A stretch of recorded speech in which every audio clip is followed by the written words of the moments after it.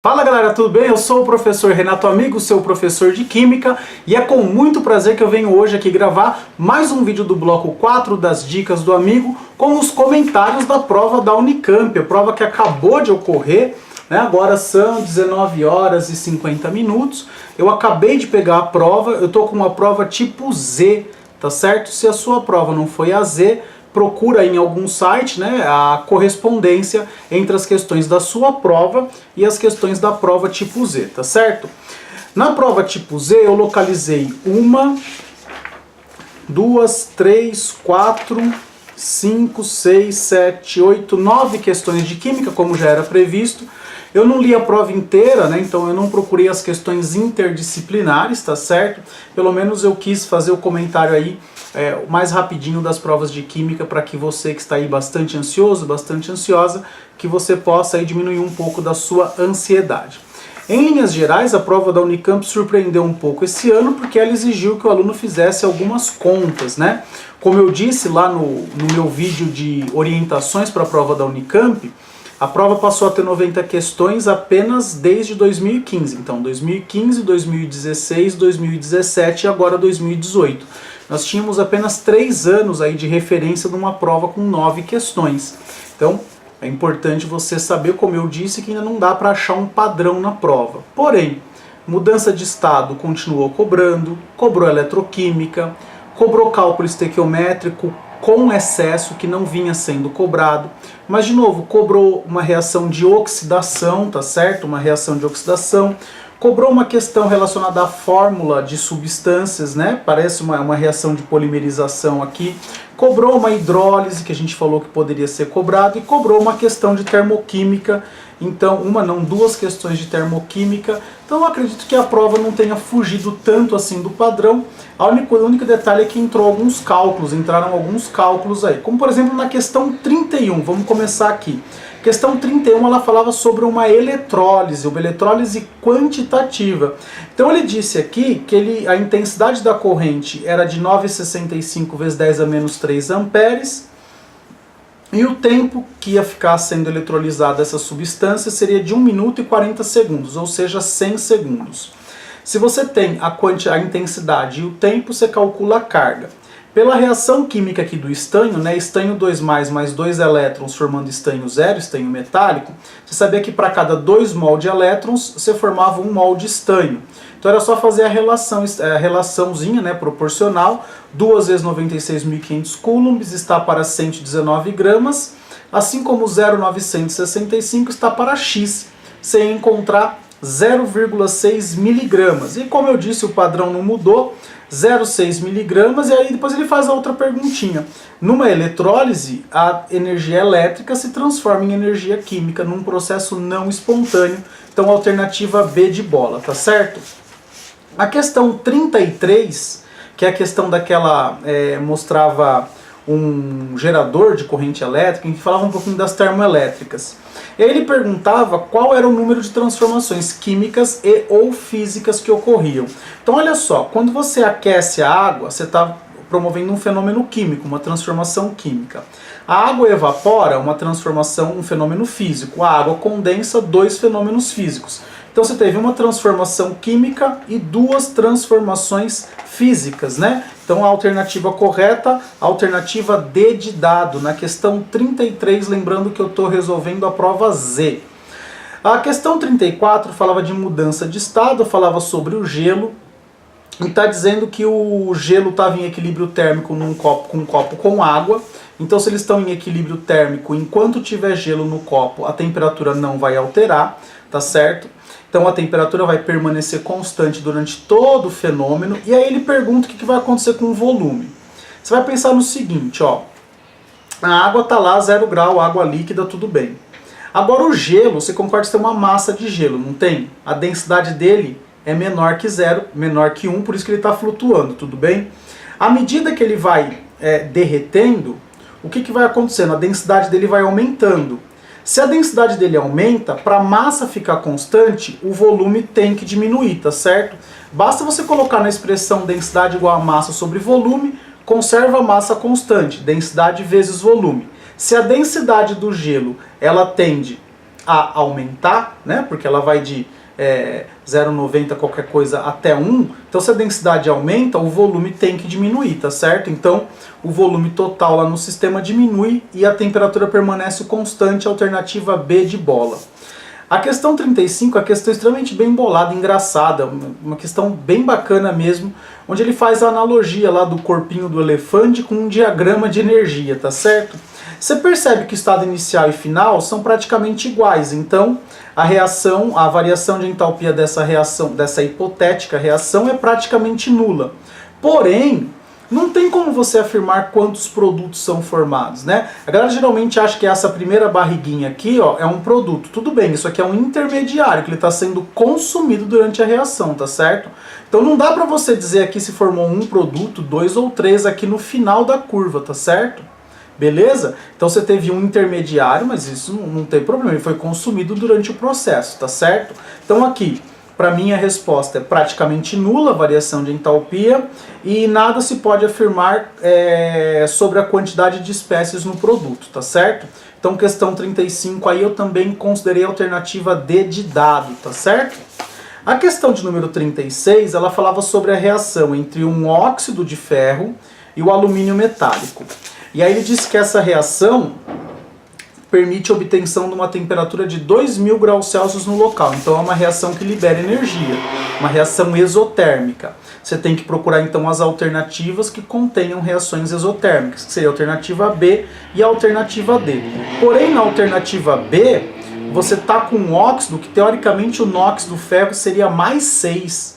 E você sabe que o ferro não tem esse estado de oxidação mais 6, ele tem mais 3 e mais 2, né? Então essa teria que ser a alternativa D de dado, que é o Fe2O3, que é o óxido de ferro 3, mais dois alumínios, formando 2 ferros mais o óxido de alumínio, que é o L2O3, liberando 852 kJ por mol. Liberando é sinal que estava aquecendo, aumentando a temperatura do local. Beleza? Então questão 36, alternativa D também. Na questão 37, ele falava da reação da glicose, né, que é um aldeído, um polidroxialdeído, virando um ácido carboxílico. Olha só, então um aldeído virando um ácido é uma reação de oxidação. Então a glicose sofre uma oxidação e o hexacianoferrato 3 sofre uma reação de redução. E aí bastava você olhar para o NOx do carbono, tá bom, gente? Porque alternativa C e D, dizendo que os dois ou sofrem reação de oxidação ou sofrem reação de redução, isso não existe. Então aqui é uma reação de óxido-redução, tá certo? Alternativa B de bola. A questão 38, né, uma questão aí com um fundo de polímeros, mas a questão na verdade era só para calcular massa. Ele está dizendo que o látex, né, tem um polímero cujo monômero tem fórmula C5H8, tá certo? E uma massa molecular de 1310 kilodaltons, né, que é 1310 vezes 10 a terceira daltons, e um dalton é a mesma coisa que unidade de massa atômica, tá bom? Então fica tranquilo. O que você tinha que saber? Quantas vezes a massa desse monômero C5H8 cabe dentro desses 1310? E aí se você fizer 1310 dividido por 68, que é a massa desse C5H8, né, porque é só você pegar 5 carbonos vezes 12 dá 60, mais 8 do hidrogênio, 68. 1310 por 68 vai dar aproximadamente 19 qualquer coisa. Só que é 19 vezes 10 a terceira, ou seja, 19.000 monômeros por molécula. Então aqui é a alternativa correta, a alternativa na questão 38, a alternativa D de dado novamente, tá certo? A questão 39, que era acho que a questão mais difícil da prova, que trazia um cálculo estequiométrico com excesso, e depois a pergunta dele não era sobre a massa do produto em excesso, e sim sobre a massa de hidroxilo, o número de mol de hidroxilas do produto que estava em excesso, tá bom? Mas se você assistiu às aulas de cálculo estequiométrico, eu tenho certeza que você consegue resolver, e agora comigo falando então vai ficar mais fácil. Olha só, o sulfato de cobre pentahidratado, cobre 2+, o sulfato 2-. O hidróxido de cálcio, cálcio 2+, duas hidroxilas, 2OH-. Então as cargas estão batendo, então é 1 para 1 a relação em mol. Então você sabe que a massa molar do sulfato de cobre é 250 gramas que ele deu no exercício, a massa do hidróxido de cálcio é 74 gramas, então 250 gramas estão para 74, e 100 está para 100. Você tem que descobrir quem está em excesso. Multiplica em cruz, você vai ver claramente que o lado que está em excesso é o lado que tem o hidróxido de cálcio, tá certo? E você vai perceber que o excesso equivale a 70 gramas. É só você fazer as continhas aí, multiplica em cruz, maravilha, você vai achar 70 gramas de excesso. Ora, se em 74 gramas você tem 2 mol de hidroxila, né, que é CaOH2, em 70 gramas você tem um pouco menos de 2 mol, que é 1,9 mol. Você não precisa nem fazer a conta, né? Dá para fazer essa última parte aqui de cabeça. E a alternativa seria a alternativa A da questão 39. Mas, de novo, uma questão que não era tão simples assim. Porque você precisava lembrar como equacionar, ter segurança para saber que é 1 para 1 a relação em mol. Apesar dele dar uma dica aqui, tá certo? Porque ele está falando, está dando as massas, né? Você não precisa nem calcular a massa molar, mas precisa ter segurança para fazer a questão, tá certo? E por fim a questão 40, que ela cobrava a ideia da hidrólise. Então ele está dizendo aqui, ó, que se a faca fica marrom ao ser retirada da calda, deve-se adicionar mais cal à mistura. Cal é o hidróxido de cálcio, ele vai elevar o pH, tá certo? Se não ficar marrom, a calda está pronta para uso. De acordo com esse teste, conclui-se que a cal deve promover, né? Então a cal, como é o hidróxido de cálcio, ela promove um aumento do pH. Então poderia ser a alternativa B ou a alternativa D. E depois ele fala do sulfato de cobre. Aí você tem que lembrar da hidrólise do sulfato de cobre, né, meus queridos? Cobre, uma base fraca. Sulfato é do ácido sulfúrico com ácido forte. Base fraca com ácido forte, vai ocorrer o quê? Vai ocorrer uma diminuição do pH. Então, enquanto a cal promove um aumento de pH, o sulfato de cobre provoca uma diminuição do pH, tá certo? Só que se você olhar a alternativa B e a alternativa D, tá falando a mesma coisa. Aí vai perguntar por que tem essa diminuição? Você tem que olhar para a reação. Olha na reação da alternativa B, tá liberando H+. Olha na reação da alternativa D, tá liberando OH-. Qual que diminui o pH? É o H+, tá certo? Então a alternativa correta aqui é a alternativa B de bola. Tudo bem? Então, questão 39 e 40, duas questões mais chatinhas, tá certo? Questão 39, resposta letra A. Questão 40, resposta letra B. Um aumento do pH e o sulfato de cobre, por sua vez, uma diminuição do pH da água devido à reação, que aí quem sofre a hidrólise é o cátion. Beleza? Tranquilo? Pessoal, espero sinceramente que vocês tenham conseguido ter sucesso nessa prova, espero que vocês tenham ido bem. Eu dei uma olhadinha nos comentários da galera saindo das provas, né? E o pessoal reclamou bastante da prova de Química, para variar, né? Achando que estava muito difícil.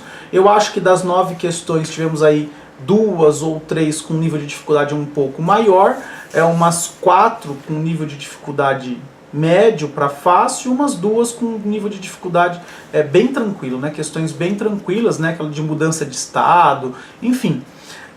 Não foi uma prova fácil, mas eu acredito que uma prova muito bem feita, eu não tive assim, problemas para resolver, então eu acredito que vocês também não tenham tido.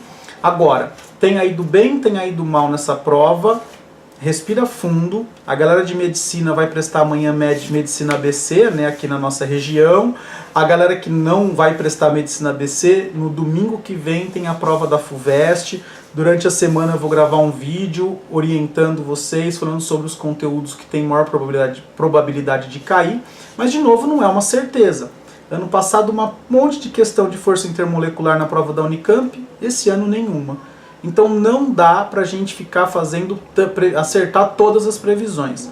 O que a gente faz, na verdade, é uma análise das provas e a gente tem certeza que se você se preparou bem desde o começo do ano, tô falando isso pra você que faz cursinho, se você se preparou bem desde o seu ensino médio, para você que está no terceirão, né? Não adianta se preparar só no terceiro ano, não adianta se preparar a partir de outubro no cursinho. Tem que ser desde o começo do ano, tem que ser desde o começo do ensino médio. Você tem um cabedal grande de conhecimentos aí, essa prova não pode te abalar, estuda bastante, porque na próxima semana a gente tem FUVEST, aí eu volto aqui, primeiro para orientar e depois para comentar a prova, beleza? Chegou até aqui? por favor, clique no botão curtir. Se teve algum amigo teu que prestou essa prova e você quer mostrar para ele essa resolução, compartilhe esse vídeo aí nas tuas redes sociais. Se você tem alguma dúvida, sugestão, crítica ou elogio, deixa um comentário aqui, é sempre bacana receber comentários aí de vocês, eu respondo todos os comentários feitos aqui no YouTube, beleza? Se quiser também pode mandar um e-mail para mim no quimicadoamigo@gmail.com, quimicadoamigo@gmail.com. Sempre é um prazer responder as suas dúvidas e tentar te ajudar a chegar aí no teu tão sonhado curso de nível superior, beleza?